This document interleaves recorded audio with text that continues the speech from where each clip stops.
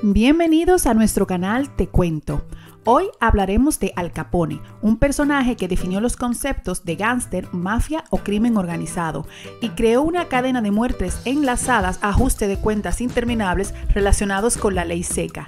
Que si no sabes lo que es esta ley, es que no estás suscrito, por lo que te invitamos a que lo hagas y así te enteres de historias tan amenas como esta. Comencemos.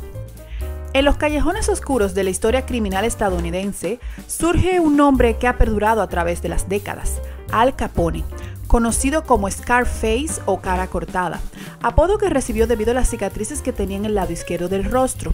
Fue cofundador y jefe del Outfit de Chicago, que es un sindicato del crimen organizado con base en Chicago, Illinois, que se originó en el South Side de Chicago en la década de 1910. Los orígenes de Al Capone nos llevan a Brooklyn, Nueva York, donde este nació el 17 de enero de 1899, bajo el tierno nombre de Alphonse Gabriel Capone, en el seno de una familia inmigrante italiana.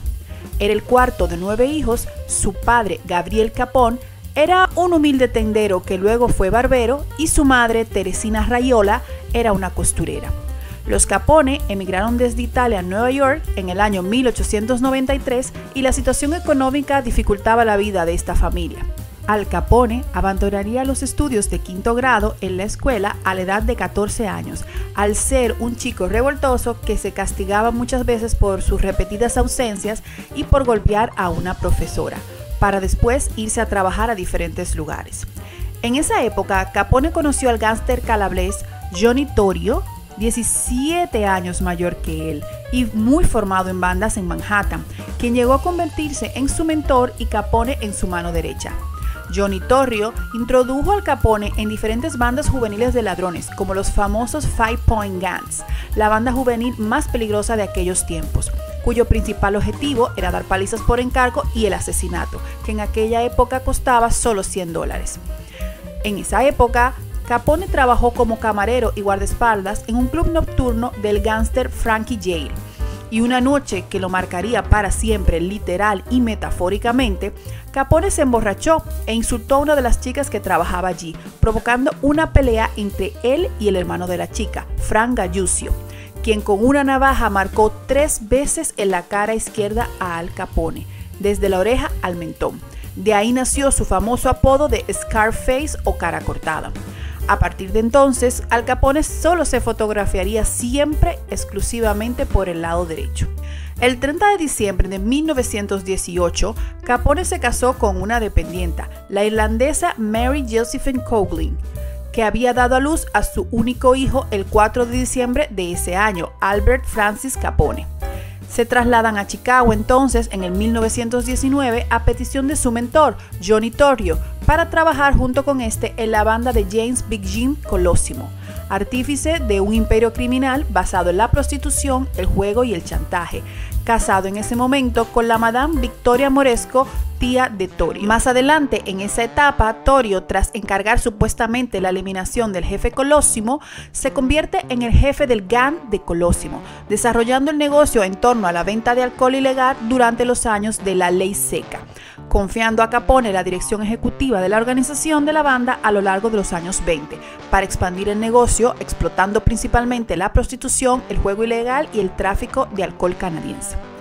En enero de 1925, Capone fue emboscado, dejándolo conmocionado pero ileso, y 12 días después, Torrio, regresando de un viaje, también recibió varios disparos, supuestamente perpetrado por su rival, el mafioso Dean O'Banion, sobreviviendo milagrosamente.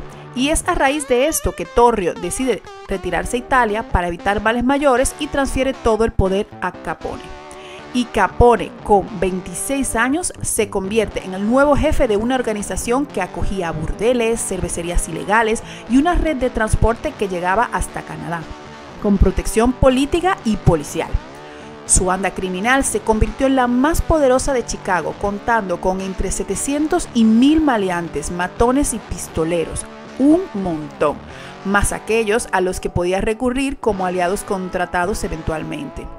Usando la violencia, la intimidación y la corrupción de las fuerzas del orden, pudo aumentar muchísimo sus ingresos durante esta etapa. se adueñó de Lampa de Chicago, formando un grupo criminal de orígenes mixtos, tras eliminar a todos sus rivales en una serie de guerras cuyo detonante fue el asesinato de Dean O'Banion, quien había perpetrado años anteriores un atentado contra él. Hacia 1926, Capone ejercía el control del crimen en la ciudad, derrotó a la banda de Miles O'Donnell y pudo controlar a todas las bandas, excepto dos, la de Joe Aelio y Bugs Moran. Ante esta situación, Capone tomó medidas y en menos de un mes sus hombres mataron a todos los miembros de la banda de Joe Aelio y faltaban los de Bugs Moran.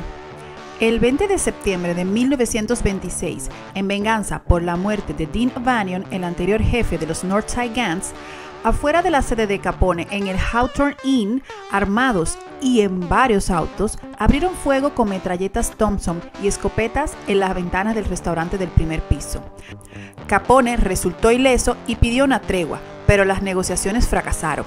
3 semanas después, el 11 de octubre, el jefe de los Northside Gang, el mafioso de tan solo 28 años, Chaim Weiss, fue asesinado. Capone se entregó entonces, después de este éxito, a los cigarrillos, trajes a medida, comida y bebidas gourmets y la compañía femenina. Fue particularmente conocido por sus joyas extravagantes y costosas y creó redes de bares clandestinos, conocidos como los Speakeasy, y se dedicó al juego, la extorsión y otras actividades ilegales. ¿Y sabían que se calcula que en 1927 la fortuna de Capone ascendía a $100 millones? ¡Wow! Una cantidad que sería más astronómica al cambio actual. Pero a pesar de su carácter irritable, Al Capone aprendió a ser caritativo con los pobres solamente para beneficiar su imagen pública. Además, cuando estalló la Gran Depresión en 1929, Capone creó un comedor de beneficencia que distribuía entre los desempleados sopa gratuita y leche entre los niños en las escuelas. La caída del reinado de Al Capone comenzó tras la masacre del día de San Valentín de 1929, cuando los enfrentamientos entre las bandas rivales culminaron con el acribillamiento en un garaje de los 5 jefes de la banda de Bugs Moran, la banda que faltaba derrocar. Fueron dados muertos por los gángsters disfrazados de policías, y a partir de esta revancha por el atentado contra su mentor Johnny Torrio, el dominio de Al Capone sobre Chicago fue absoluto, principalmente en el municipio de Cicero. Pero aún así, a pesar de esta masacre, nadie fue procesado por el crimen. Durante la ley seca, tras deshacerse de sus rivales y de lograr tener en nómina al alcalde, al jefe de la policía y al 60% de sus efectivos, Capone consolidó su poder en Chicago y generó una fortuna masiva a través de este comercio ilícito. Ninguna de sus propiedades estaba a su nombre, por lo que no hizo declaración de la renta, lo que finalmente contribuyó a su caída y encarcelamiento. Por lo que es arrestado por evasión de impuestos, no por crímenes directos, y es el agente del Tesoro de los Estados Unidos, Eliot Ness, liderando un equipo de 9 hombres conocido como los Intocables porque eran insobornables, que lograron por fin dar prisión a Al Capone. Asimismo, un traidor en la banda de Al Capone, el abogado Edward J. O'Hare, que le servía de asesor en los negocios, actuó como agente encubierto, ayudando a descifrar la contabilidad de Capone y averiguó que el jurado que había de dictar la sentencia sobre Capone había sido sobornado, por lo que el juez del proceso ordenó reemplazarlo por otro en mitad del juicio. Así pues, Al Capone fue declarado culpable el 17 de octubre de 1931 en 5 de los 23 cargos y sentenciado a 11 años en una prisión federal. En un principio fue enviado a una prisión de Atlanta en 1932, pero como aún era capaz de controlar la mayoría de sus negocios desde este centro, se ordenó su traslado a la prisión de la isla de Alcatraz en agosto de 1934. Aquí, Capone era estrictamente vigilado y tenía prohibido cualquier contacto con el exterior. Al revocarse la ley seca en 1933 y con su líder bajo confinamiento, el imperio de Al Capone pronto comenzó a debilitarse y a desmembrarse. En la cárcel, Al Capone comenzó a mostrar signos de demencia, probablemente a causa de una sífilis sin tratar. Fue liberado entonces por motivos de salud el 16 de noviembre de 1939, sin caminar, incongruente y babeando sin control. Sin embargo, no estaba tan enfermo como para olvidar la traición de O'Hare y este fue asesinado ese mismo año de 1939. Para sus últimos años, se retiró en su mansión en Miami, físicamente débil, arruinado y con la mente deteriorada.